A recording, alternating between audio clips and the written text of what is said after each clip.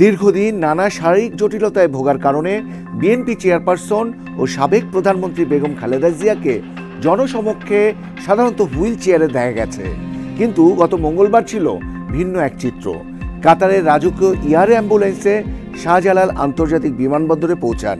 সেখান থেকে সরাসরি গুলশানের বাসভবন ফিরোজায় যান তিনি। সবচেয়ে হৃদয়স্পর্শী মুহূর্ত আসে তখন, যখন গাড়ি থেকে নামার পর খালেদা জিয়া তার পুত্রবধূ সহ অন্যদের সহায়তায় ধীরে ধীরে হেঁটে বাসার ভেতরে প্রবেশ করেন। এই দৃশ্য শুধু তার শারীরিক উন্নতির নয়, বরং তার মনোবলের এক দৃশ্যমান উদাহরণ হয়ে ওঠে। দীর্ঘদিন পর দলীয় প্রধানকে হাঁটতে দেখে আবেগে কাঁদতে দেখা যায় অনেক নেতাকর্মীকে। প্রাণ চাঞ্চল্য ফিরে আসে নেতাকর্মীদের মাঝে। তারা বলেন, ম্যাডাম আজ হেঁটে ফিরোজায় ঢুকেছেন, এটাই আমাদের কাছে অনেক বড় প্রেরণা। তিনি যে লড়াকু ছিলেন, আছেন, থাকবেন, সেটি আবার প্রমাণিত হলো। সালাম, নমস্কার, আদাব। আপনারা দেখছেন ডিবিসি নিউজের সাপ্তাহিক বিশেষ আয়োজন নেটিজেন ভার্সেস সিটিজেন। সঙ্গে আছে আব্দুল্লাহ হীরা। অনুষ্ঠানটি নিবেদন করছে ready detergent powder. Begum Khaleda Zia গৃহবধূ থেকে বাংলাদেশের 3 বারের প্রধানমন্ত্রী, দেশের অন্যতম বৃহত্তম রাজনৈতিক দল বিএনপি চেয়ারপারসন, রাজনীতিতে যার উত্থান ঈর্ষণীয়। বাংলাদেশের রাজনীতিতে আপোষহীন চরিত্র হিসেবে একটি পরিচয় দাঁড়িয়েছে তার। প্রায় 7 বছরের কারা ও গৃহবন্দিত্বের জীবন থেকে মুক্তির স্বাদ পেয়ে লন্ডনে যান চিকিৎসা নিতে। প্রায় 4 মাস লন্ডনের চিকিৎসার পর অনেকটা সুস্থ হয়ে দেশে ফিরেছেন তিনি। তাকে কেন্দ্র করে বাংলাদেশের চলমান অনিশ্চিত রাজনীতিতে তৈরি হয়েছে নতুন চাঞ্চল্য। জিয়া অরফানেজ ট্রাস্ট দুর্নীতি মামলায় সাজার পর 2018 সালের 8ই ফেব্রুয়ারি গ্রেপ্তার হন বেগম খালেদা জিয়া। 2020 সালের 25শে মার্চ সরকারি নির্বাহী আদেশে শর্ত সাপেক্ষে মুক্তি পান। এরপর সময়ে সময়ে তার সাময়িক মুক্তি নবায়ন করা হয়। শর্ত সাপেক্ষ মুক্তির ওই সময় তার বিদেশ যাত্রা নিষিদ্ধ ছিল। এই সময়ের মধ্যে বাসায় ও হাসপাতালে চিকিৎসাধীন অবস্থায় ছিলেন। ছাত্র জনতার অভ্যুত্থানের মুখে 5ই আগস্ট সাবেক প্রধানমন্ত্রী শেখ হাসিনা ক্ষমতাচ্যুত হওয়ার পর আমূল পাল্টে যায় দেশের রাজনৈতিক চিত্র। ভাগ্যের শিকে ছিঁড়ে খালেদা জিয়া সহ বিভিন্ন রাজনৈতিক দলের হাজারো নেতাকর্মীর রাষ্ট্রপতির দণ্ড মওকুফের মাধ্যমে 2024 সালের 6ই আগস্ট স্থায়ী মুক্তি পান বেগম জিয়া। খালেদা জিয়ার বিরুদ্ধে মোট 37টি মামলা হয়েছিল। 2025 সালের ফেব্রুয়ারিতে সবশেষ নাইকো দুর্নীতি মামলায় খালাস পাওয়ার মাধ্যমে তিনি সব মামলায় মুক্তি পান। গত 7ই জানুয়ারি উন্নত চিকিৎসার জন্য লন্ডনে বেগম খালেদা জিয়া যান। সেখানে প্রায় 7.5 বছর পর সাক্ষাৎ হয় মা ছেলের। এর আগে ছেলে তারেক রহমানের সাথে বেগম জিয়ার দেখা হয়েছিল 2017 সালের 15ই জুলাই। তারেক রহমান 2008 সাল থেকে লন্ডনে বসবাস করছেন এবং বিএনপির ভারপ্রাপ্ত চেয়ারম্যানের দায়িত্ব পালন করছেন। আইনি ও রাজনৈতিক কারণে তিনি বাংলাদেশে ফিরতে পারেননি। লন্ডন থেকে বেগম জিয়ার দেশে ফেরার দিন রাজধানীর রাজপথ হয় লোকে লোকারণ্য। তাকে অভ্যর্থনা জানাতে দিনভর ভিড় করেন দলের হাজারো নেতাকর্মী। দেশের গণমাধ্যমগুলো লাইভ টেলিকাস্ট করে অবিরত। এখনও খালেদা জিয়ার এমন জনপ্রিয়তা দেশের রাজনীতিতে নতুন মাত্রার ইঙ্গিত দিচ্ছে। জিয়া পরিবারের বড় সন্তান তারেক রহমান বেশ কবছর থেকেই বিএনপির রাজনীতির সর্বোচ্চ নীতি নির্ধারক হিসেবে দেখভাল করছেন। রাজনৈতিক প্রতিহিংসার ডামাডলে মা খালেদা জিয়াকে নির্ভর রাখলেও ছোট ছেলে আরাফাত রহমান কোকোর অকাল প্রয়াণ সেই সময় থেকে অনেক দুর্বল করে তোলে। তাই দীর্ঘ অপেক্ষার পর যখন লন্ডনে গিয়ে তারেক রহমানের পরিবার ও কোকোর স্ত্রী ও তার 2 কন্যাকে কাছে পান, তখন মনোবল বাড়ানোর মতো দারুণ সময় কাটে বেগম জিয়ার। তাই উন্নত চিকিৎসা আর পারিবারিক আবহ খালেদা জিয়ার শারীরিক ও মানসিক উন্নতি দৃশ্যমান হয়েছে এবার। বড় পুত্রবধূ ডাক্তার জুবাইদা রহমান ও ছোটজন শর্মিলা রহমান স্মৃতিকে সাথে নিয়ে লন্ডন থেকে এবার দেশে ফেরেন বেগম খালেদা জিয়া। দলের একাধিক নেতাকর্মীর কাছ থেকে জানা গেছে, বিএনপির রাজনীতিতে আগামী কাউন্সিলেই বড় পুত্রবধূ ডাক্তার জুবাইদা রহমানকে গুরুত্বপূর্ণ পদে দেখা যেতে পারে। তার মানে তারেক রহমানের পাশাপাশি রাজনীতিতে সক্রিয় থাকবেন ডাক্তার জুবাইদা রহমান। তবে এই মুহূর্তে বেগম জিয়ার বয়স প্রায় ৭৯ বছর। রাজনীতিতে নেতৃত্ব দেওয়ার ক্ষেত্রে তার শারীরিক অবস্থাও বিবেচনায় রাখতে হচ্ছে। আলোচনায় তাই বারবার ঘুরে ফিরে আসে তারেক রহমানের নাম। কেন এখনো দেশে আসছেন না তিনি, তা নিয়ে বিস্তর আলোচনা সমালোচনা। তারেক রহমান কবে দেশে ফিরতে পারবেন তা এখনো অনিশ্চিত, কারণ বিষয়টি রাজনৈতিক, আইনি, আন্তর্জাতিক নানা জটিলতার সঙ্গে জড়িত। দর্শক, আজ আমাদের আলোচনার বিষয় বেগম খালেদা জিয়া ফিরেছেন, তারেক রহমান ফিরবেন কবে, বিএনপির রাজনীতির গতিপথ। আজকের আলোচনায় আমাদের সঙ্গে নেটিজেন হিসেবে লন্ডন থেকে যুক্ত হয়েছেন জুবায়ের বাবু এবং সিটিজেন হিসেবে আছেন এবিএম মোশাররফ হোসেন, বিএনপির প্রশিক্ষণ বিষয়ক সম্পাদক। আমি শুরুতেই জানতে চাই জুবায়ের বাবুর কাছে, আপনাদের অবশ্যই শুরুতে স্বাগত জানাই, সেই সঙ্গে জানতে চাই জুবায়ের বাবু, আপনি লন্ডন থেকে মিডিয়া বিশ্লেষক এবং আপনি এই বিষয়গুলো খুব নিবিড়ভাবে পর্যবেক্ষণ করেন, সেই জায়গায় আপনি একটু বলুন, কলামিস্ট হিসেবে আপনি অনেক লেখাও দেন, তারেক রহমান কবে ফিরবেন সেটা কতটা অনুমান করা যায়, আপনার ক্ষেত্রে কোনো অনুমান করতে পারেন কিনা? জি, ধন্যবাদ আপনাকে এবং ডিবিসির সকল দর্শকদেরকে। আসলে কবে ফিরবেন, ফেসবুক, টুইটার, যে কোনো জায়গায় আপনি যদি সোশ্যাল মিডিয়াতে যান তাহলে দেখবেন যে সবার একই প্রশ্ন, যে তিনি কবে ফিরছেন, কবে যাচ্ছেন। তো মানে এই ওনার ফেরার বিষয়টা নিয়ে কিন্তু এক ধরনের প্রত্যাশা দাঁড়িয়ে গেছে মানুষের, সাধারণ মানুষের ভিতরে। বিশেষ করে যারা নেটিজেন তাদের ভিতরে তো দারুণ প্রত্যাশা, এবং প্রতিদিনই কিন্তু বিভিন্ন ধরনের আপনি দেখবেন যে ব্যানার, ফেস্টুন তারা তৈরি করছে এবং তারেক রহমানের দেশে ফিরে যাওয়ার প্রত্যাশা করছে। এই বিষয়টি, যদিও বিষয়টি দলীয় সিদ্ধান্তের একটা বিষয়, আমার কাছে মনে হয় সেখানে অনেকগুলো হয়তো কারণ রয়েছে। তো আমার কাছে যেটা মনে হচ্ছে যে অবস্থা দাঁড়িয়েছে নেটিজেনদের ভাষা, তাতে দুদিন পরে হয়তো এমন হতে পারে যে তারেক রহমান দেশে ফেরানোর জন্য হয়তো মানুষ অনশনও করতে পারে, মানে এরকম একটা সিচুয়েশন দাঁড়িয়েছে। আপনি দলীয় সিদ্ধান্তের কথা বলছিলেন জুবায়ের বাবু, এর চেয়ে অন্যভাবে যদি আমরা দেখি যে দলের সিদ্ধান্তে তো সবসময় চাইবে তাদের সর্বোচ্চ লিডার দেশে আসুক, কিন্তু এটার সঙ্গে কি বর্তমান অন্তর্বর্তী সরকারের বোঝাপড়া, তারেক রহমানের সঙ্গে কানেকশন এবং সেইটা মানে কোনো গ্রিন সিগন্যাল, সেটারও কোনো একটা ব্যাপার রয়েছে? আমি ওটা ওইভাবে জিনিসটা আমি মনে করি না বর্তমান সরকার এবং বিএনপি বা তারেক রহমানের সাথে কোনো দূরত্ব আছে বা গ্যাপ আছে, যেটা এরকম একটা সিদ্ধান্ত বা গ্রিন সিগন্যাল যেটা আমরা বলি আর কি, যে ধরনের কথাবার্তা, এরকম কোনো বিষয় রয়েছে। তবে দলীয় সিদ্ধান্ত বলতে মামলার জটিলতা রয়েছে, আমরা তো জানি ম্যাক্সিমাম যে মামলাগুলো রয়েছিল সেগুলো শেষ হয়ে গেছে, সম্ভবত একটা বা মানে অল্প কিছু ঝামেলা রয়েছে, সেটাও খুব দ্রুত শেষ হয়ে যাওয়ার চান্স রয়েছে।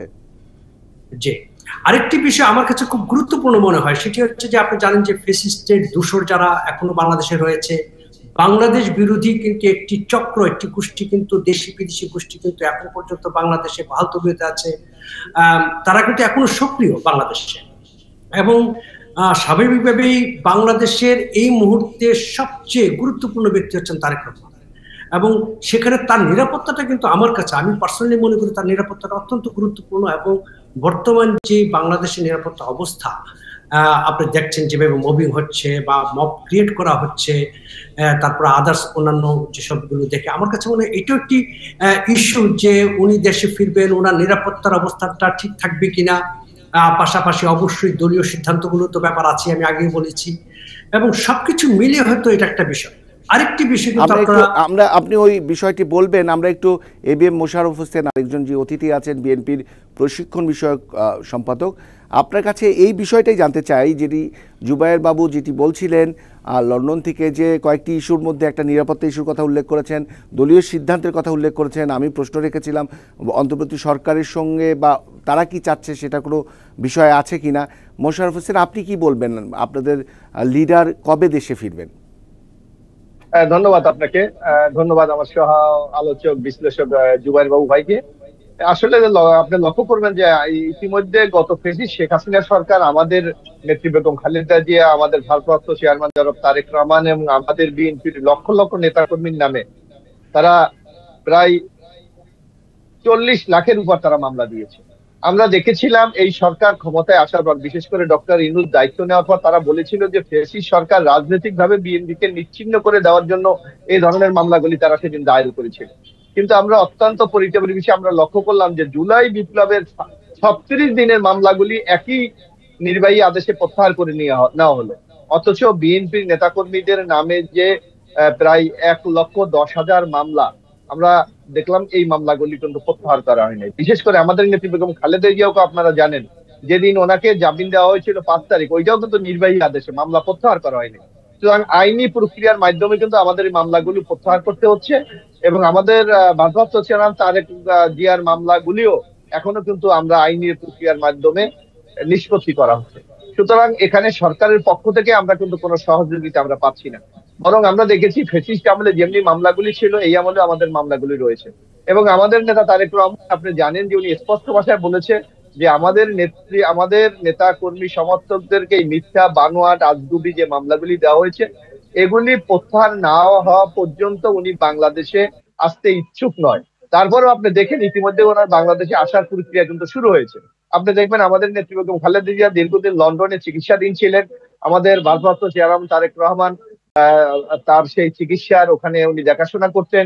ইতিমধ্যে ম্যাডাম যখন বাংলাদেশে গত 6 তারিখ ফিরে আসলেন, ইতিমধ্যে তারেক রহমানের সহধর্মিণী ডাক্তার জুবাইদা আমাদের মাঝে ইতিমধ্যে ফিরে এসেছেন। ইতিমধ্যে আপনারা দেখেছেন যে তারেক রহমানের কন্যা জাইমা, উনিও যুক্তরাষ্ট্রে একটি রাজনৈতিক প্রোগ্রামে অংশগ্রহণ করেছিলেন। সুতরাং উনি একটা রাজনৈতিক প্রক্রিয়ার মধ্যে নিয়ে ওনারাই আসেন। সুতরাং আমরা মনে করি। কিন্তু এ বি এম মোশাররফ, আপনাকে যদি থামিয়ে একটা প্রশ্ন করি, যে আপনি তো বলছিলেন যে যদিও আপনাদের লিডার তিনি বলছিলেন যে তার মামলার স্বাভাবিক না হওয়া পর্যন্ত, নিষ্পত্তি না হওয়া পর্যন্ত তিনি আসলে সেই সম্মান দেখেই আসতে চাচ্ছেন না বা আসতে পারছেন না। আবার বলছিলেন যে এই সরকার ওই রকম সহযোগিতা করছে না মামলাগুলো নিষ্পত্তির দিকে।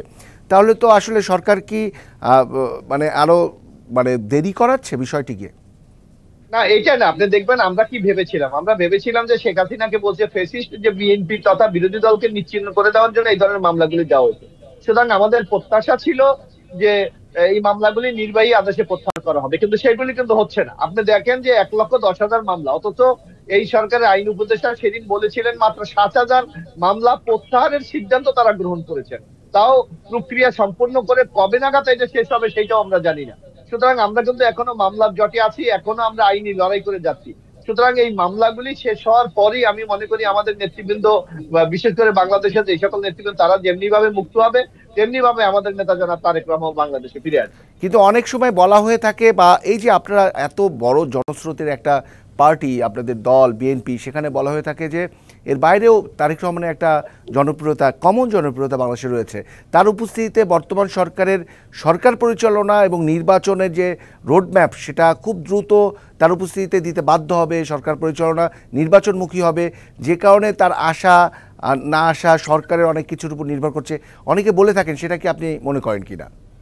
না, আপনি দেখবেন আমাদের নেতা জনাব তারেক রহমান স্পষ্ট ভাষায় বলেছেন যে আমাদের বাংলাদেশ দ্রুত গণতান্ত্রিক প্রক্রিয়ায় ফিরে যাওয়া উচিত। ইতিমধ্যে আমরা নির্বাচনের দাবি জানিয়েছি।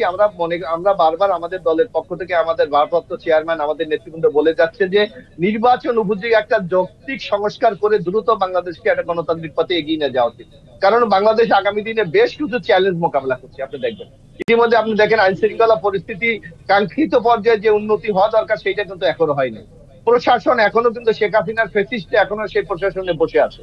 এখনো আমাদের দেশের যে অর্থনীতির চাকাটাকে আমরা কিন্তু সচল করতে পারি নাই, এবং আমাদের দেশের নানা অর্থনৈতিক সংকটের কারণে আজকে বলেন বিনিয়োগ বলেন, কর্মসংস্থান বলেন, আজকে দ্রব্যমূল্যের ঊর্ধ্বগতি বলেন, নানা সংকট আমরা কিন্তু ইতিমধ্যে মোকাবেলা করছি। সুতরাং এই সংকটগুলি মোকাবেলা করে দ্রুত বাংলাদেশকে যত আমরা গণতান্ত্রিক পথে নিয়ে যেতে পারবো, আমার মনে হয় ততই বাংলাদেশের একটা গণ অভ্যুত্থানের মধ্য দিয়ে এই সরকার প্রতিষ্ঠিত হয়েছে। সেখানে তো অনেক কিছু নরবরে থাকবে, এবং রাজনৈতিক সরকার আসতে গেলে একটা প্রসেসের মধ্য দিয়ে আসবে। সেই জায়গায় কি নির্বাচনের রোডম্যাপ ঘোষণা মধ্য দিয়ে, বা নির্বাচনের রোডম্যাপ না দিলে কি আমরা তারেক রহমানকে দেশে দেখছি না, বা এই জন্য কি দেরি হচ্ছে? না, আমরা সেইটা বলছি না। আমরা বলছি, কিন্তু আমাদের আপনি লক্ষ্য করবেন যে বিএনপির পক্ষ থেকে বা বিএনপির জোটের পক্ষ থেকে বারবার আমরা বলা হচ্ছে যে সংস্কারের একটা সুনির্দিষ্ট রোড ম্যাপ আপনারা দেন, যে কখন আপনারা কি করতে চান। কিন্তু আপনারা দেখবেন যে ইন্টিরিয়াম গভর্নমেন্টের মধ্যে আমরা কিন্তু একটা দীর্ঘমেয়াদী ক্ষমতা থাকার একটা প্রবণতা আমরা লক্ষ্য করছি। কারণ দীর্ঘ 9 মাস আমরা অতিক্রম করছি। আপনি কি খুব বলার মতো এমন কোন সংস্কার আমরা ইতিমধ্যে দৃশ্যমান হয়েছে? হয় নাই। বরং আমরা এখনো কিন্তু একটা প্র্যাকটিসের মধ্যে আমরা আছি। যে ইতিমধ্যে আপনার প্রায় 11টা আপনার সংস্কার কমিশন করা এটাও তো হয়েছে। ঠিক, এই সরকার সমস্ত রাজনৈতিক দলকে রাজনীতির চর্চার মধ্যে রাখতে সুযোগ করে দিয়েছে। রাজনীতি হচ্ছে, সবাই যে যার মতো জাতীয় ঐক্যমতের যে কমিশনের বৈঠক হচ্ছে, সামনে নির্বাচনে আলোচনাও হচ্ছে। ডক্টর মোহাম্মদ ইউনূস তো বলেইছেন যে ডিসেম্বর থেকে জুনের মধ্যে নির্বাচন। এসব কি আশ্বস্ত হওয়ার মতো? মানে বিএনপি কিভাবে নেয় এগুলো? না, এটা আপনাকে বলি, আমরা এইটা একটা ভেগ টার্ম বলে আপনি একটা মনে আছে, মানে ডিসেম্বর থেকে জুন, এই কথার মধ্যে কিন্তু আপনি সুনির্দিষ্ট নির্বাচন প্রক্রিয়ার মধ্যে বাংলাদেশ যাচ্ছে এইটা কিন্তু বোঝা যাচ্ছে না। কারণ আপনি দেখবেন যে 9 মাস অতিক্রম হয়েছে, ইতিমধ্যে কিন্তু সংস্কারের যে কাঙ্ক্ষিত একটা সাফল্য আমরা এখনো পাই নাই। আপনি দেখবেন যে একটি অবাধ সুস্থ নিরপেক্ষ নির্বাচন করার জন্য বেসিক্যালি 3টে জিনিস দরকার। একটা হলো নির্বাচন কমিশন সংস্কার, একটা হলো আমাদের আইন শৃঙ্খলা যে কমিশন সেইটার কার্যক্রম পূর্ণভাবে শুরু করা, আর একটা হলো বিচার বিভাগ। আর বাকিগুলো কিন্তু পর্যায়ক্রমে নির্বাচনের সাথে হয়তো সম্পৃক্ত, কিন্তু সেইগুলিকে আপনি সময় নিয়ে করলেও কোনো অসুবিধা নাই। কিন্তু আপনি দেখবেন এখনো পর্যন্ত কিন্তু 9 মাসে আমরা নির্বাচনের কমিশনের যে কাঙ্ক্ষিত দৃশ্যমান কোনো উন্নতি আমরা কিন্তু দেখতে পাচ্ছি না। আজকে আচ্ছা, আমরা অন্য একজন যে অতিথি আছেন, এবিএম মোশাররফ হোসেন, আপনি একটু মানে থামাচ্ছি আমি। জুবায়ের বাবু, আপনি শুনছিলেন মোশাররফ ভাই যেটি বলছিলেন, আপনি যদি একটু এই দিক দিয়ে দেখেন যে বাংলাদেশের জাতীয়তাবাদী রাজনীতিতে ডক্টর জুবাইদুর রহমান যেভাবে দেশে ফিরলেন এবং তাকে যেভাবে সবাই লক্ষ্য করলেন, ফলো করলেন বিএনপির সমর্থক গোষ্ঠীরা, সেই জায়গায় জুবাইদুর রহমানকে আসলে অন্য কিছু উকি দিচ্ছে কিনা? তারেক রহমানের পাশাপাশি বিএনপির রাজনীতিতে জুবাইদুর রহমান, এগুলো তো অনেক সময় এক ধরনের গুঞ্জন আছে যে সামনে কোনো কাউন্সিলে তাকে গুরুত্বপূর্ণ পদে দেখা যাবে। দেখুন, একটি বিষয় হচ্ছে, একটা জিনিস আপনাকে খেয়াল করতে হবে যে জিয়া পরিবারটি হচ্ছে গত 17 বছরের ফ্যাসিস্ট আমলের সবচেয়ে বড় একটা ভিকটিম পরিবার। এবং আমরা জানি যে তারেক রহমান কি অবস্থায় লন্ডনে এসেছিলেন। তিনি হুইল চেয়ারে করে এয়ারপোর্ট থেকে বের হতে হয়েছে, গাড়িতে বসতে পারছিলেন না, এরকম একটা সিচুয়েশনে তারেক রহমান এসে লন্ডনে পৌঁছেছেন। এবং সেই সময় কিন্তু তারেক রহমানের সাথে ছায়াসঙ্গী, এবং তিনি গত 17টা বছর ধরে কিন্তু এই পরিবারটিকে আগলে রেখেছেন। এবং তারেক রহমানের প্রতিটা সাথে এই যে আমি যে নিপীড়নের যে ইতিহাসটা বললাম, যে 17 বছরের যে তারেক রহমানের উপর দিয়ে এবং জিয়া পরিবারের উপর দিয়ে যা গেছে, তার একটি বড় ভিকটিম কিন্তু। এবং আপনি জানেন যে উনি শুধু একজন ডাক্তার না, একজন মেধাবী ডাক্তার। এবং তিনি এখানেও আপনি জানেন ইম্পেরিয়ালের মতো কলেজে মানে অসাধারণ রেজাল্ট করেছেন এখানে উনি যখন এমএসসি করেছেন। সো এরকম একটি মানুষ কিন্তু তার প্রফেশনাল জায়গাটি হারিয়েছে। তিনি তার পরিবারের সাথে, তাদের যে যৌথ পরিবারটি ছিল, এই পরিবারের সাথে তারা থাকতে পারেনি। লন্ডনে নির্বাসিত জীবন কাটিয়েছেন এবং 17 বছর পরে। এগুলো তো মোটামুটি সবারই জানা, মানে আপনি যেসব নতুন কিছু জানেন বা যে সম্ভাবনা উকি দিচ্ছে সেটা যদি বলতেন। আমি বলছি আপনাকে, 17 বছর যাওয়ার ফলে যেটি হয়েছে সেটি হচ্ছে যে মানুষের ভিতরে একটা উচ্ছ্বাস এক ধরনের দেখা গেছে। অবশ্যই বিএনপি দলের নেতা কর্মীদের ভিতর তো ছিলই, পাশাপাশি সাধারণ মানুষের, এই যে নেটিজেন, যারা আমরা নেটিজেন আছি, আমরা কিন্তু প্রতিটা বিষয় লক্ষ্য করেছি। উনি যাচ্ছেন, উঠছেন, নামছেন, প্রতিটা জিনিস আমরা কিন্তু দেখেছি অনলাইনে। সেইখান থেকে এক ধরনের প্রত্যাশা হয়তো মানুষের তৈরি হয়েছে যে তিনি হয়তো ভবিষ্যতে রাজনীতি আসবেন। যদিও বিষয়টা একটু যদি বলি, নেট দুনিয়ার কথা বলছিলেন, নেটিজেনদের খবরাখবর আপনি অবশ্যই রাখেন। সেই জায়গায় জুবাইদুর রহমানের ঢাকায়, এই যে এতদিন পর ঢাকায় ফিরলেন, সেই যে দীর্ঘ লম্বা সময় পরে ঢাকায় ফেরার তার মানে বাংলাদেশের জনপ্রিয় নেত্রী, বাংলাদেশের মানে সবচেয়ে বড় দল, ওয়ান অফ দ্য বিগেস্ট একটা পার্টির প্রধান খালেদা জিয়ার সঙ্গে তিনি যে আসলেন, মানে এইটা নেট দুনিয়া আসলে কিভাবে, এটার পজিটিভ দিকটা কি ছিল, মানে কোনগুলো বিষয় তাদের সবচেয়ে আলোচনা হয়েছে? যে আলোচনা যেটি হয়েছে যে অসাধারণ বেগম খালেদা জিয়ার ফিরে যাওয়া, চিকিৎসার শেষে ফিরে যাওয়া। আপনি জানেন যে ওনার 4 মাস, দীর্ঘ 4 মাস এখানে চিকিৎসা হয়েছে এবং চিকিৎসার পাশাপাশি উনি এমন একটি পুত্রবধূ পেয়েছেন যিনি একজন নিজ ডাক্তার। তো সুতরাং ডাক্তারি এবং সেবা দুটি কিন্তু উনি ঘরে পেয়েছেন। তো এটি একটা বড় ধরনের বিষয় ছিল। 2 নম্বর বিষয় ছিল যে আপনি জানেন যে 5ই আচ্ছা, আগস্টের সেবার পরে কথা 4 মাসের চিকিৎসা ব্যবস্থার কথা বলছিলেন আপনি, ওখানে লন্ডনে থেকে বেশ খবর রাখতেন। সেই জায়গায় একটু যদি বলতেন, একটা ঈদ করারও ঈদ উদযাপন করারও সুযোগ পেয়েছেন বেগম খালেদা জিয়া সেখানে পরিবারের সঙ্গে। সেখানে আমরা যতটা জানি তারেক রহমানের পরিবার বলতে তারেক রহমানের স্ত্রী, তার কন্যা কোকো, প্রয়াত কোকোর পরিবার বলতে তার স্ত্রী এবং তার 2 কন্যা, তাদের সবাইকে পেয়েছেন। আমরা খালেদা জিয়াকে যেভাবে শারীরিকভাবে উন্নতি পাশাপাশি মানসিক উন্নতিটা দেখলাম, সেটা কি সবাই, এই যে একটা চমৎকার একটা পারিবারিক আবহ, সেটা কতটা মানসিকভাবে উন্নতি এনে দিয়েছে বেগম খালেদা জিয়াকে, যদি কাছ থেকে দেখে থাকেন? আপনি জানেন যে দীর্ঘ সময় ওনাকে যেভাবে রাখা হয়েছিল, অবশ্যই শারীরিক ছিল, পাশাপাশি যে মানসিক যন্ত্রণাটা উনি উনি পেয়েছিলেন, সেই জায়গাটা থেকে কিন্তু উনি যখন পরিবারের সাথে আসছেন সেখানে কিন্তু অনেকটাই উনি কিন্তু ইমপ্রুভ করেছেন শুধুমাত্র এই মানসিক প্রশান্তির কারণে। এবং এই প্রশান্তিটা কিন্তু আসলে পরিবার ছাড়া একটা মানুষ পায় না। আমরা যেমন আমরা একটু এবিএম মোশাররফ হোসেনের কাছে যেতে চাই। জুবায়ের বাবু একটু যদি সেখানটায় যায়। মোশাররফ হোসেন বলছিলেন, মোশাররফ ভাই আপনি বিষয়গুলো শুনছিলেন, আমরা যদি বলি যে আপনারা আসলে এই পরিস্থিতিতে রাজনীতির গতিপথটা বিএনপির এখন কি হবে, মানে বিএনপি ধরেন এই মুহূর্তে এই মাসে মে মাসে কি ধরনের গতিপথ মানে নিয়ে হাঁটবে? না, একটা জিনিস লক্ষ্য করবেন যে আমাদের নেত্রী বেগম খালেদা জিয়া, যেটা জুবায়ের বাবু বলেছেন, দীর্ঘ 4 মাস লন্ডনে চিকিৎসাধীন ছিলেন। এবং আপনি লক্ষ্য করবেন উনি যেদিন বাংলাদেশে এসে নামলেন সেদিন ঢাকা শহর মানে সমগ্র বাংলাদেশটার জন্য ঢাকা শহরে এসে সম্পৃক্ত হয়েছে, এমনি একটি সে জনসমুদ্র তৈরি হচ্ছিল। অর্থাৎ বেগম খালেদা জিয়া শুধু, এখন আমরা মনে করি, বাংলাদেশের মানুষ মনে করে উনি শুধু বিএনপির নেত্রী না, উনি সমগ্র বাংলাদেশের একজন নেত্রী হিসেবে উনি এখন পরিচিত লাভ করেছেন। কারণ আমরা ওই দিন দেখেছিলাম যে নানা মানুষের প্রতিক্রিয়া, যে বেগম খালেদা জিয়া এখন বাংলাদেশের বর্তমান ক্ষেত্রে তার মতো এত প্রাসঙ্গিক চরিত্র বাংলাদেশে কিন্তু আর কিছু নাই। মানুষ মনে করেছে রাজনীতির ক্ষেত্রে যে এখন যে একটা অচলাবস্থা বা অনিশ্চয়তা আছে, বেগম খালেদা জিয়া বাংলাদেশে ফিরে আসার পর এটা খুব দ্রুত একটা গতি পেয়ে বাংলাদেশ একটা গণতান্ত্রিক পথে যাত্রা শুরু করবে।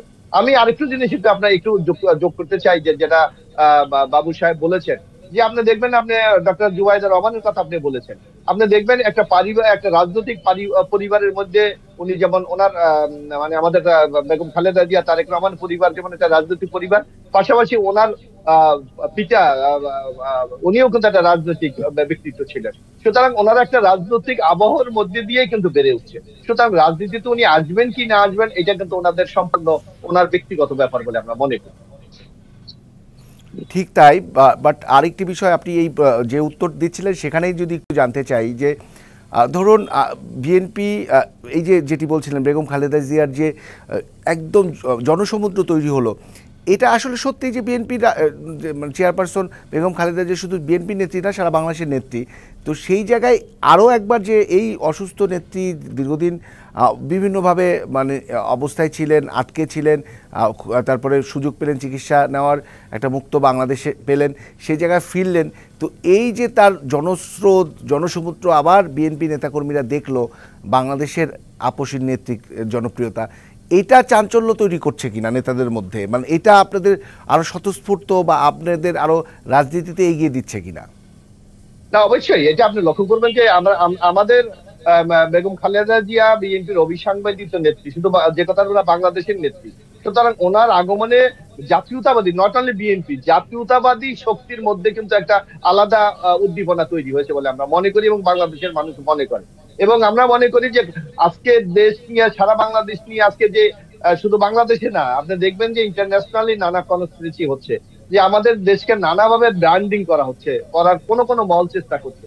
যেমন আপনি দেখবেন যে 5 তারিখের পর বাংলাদেশটাকে যেভাবে ফ্যাসিস্টের মুক্ত হয়ে যে গণতান্ত্রিক যাত্রা শুরু হয়েছিল, সেখানে আমাদের পার্শ্ববর্তী দেশ থেকে শুরু করে নানা দেশ থেকে একটা সাম্প্রদায়িক ট্যাগ লাগানো হয়েছিল, আমাদের সংখ্যালঘু বা নির্যাতনের নানা গল্প তৈরি করা হয়েছিল। কিন্তু সেই সকল অবস্থা উত্তরণ করে বাংলাদেশটা কিন্তু এগিয়ে যাচ্ছে।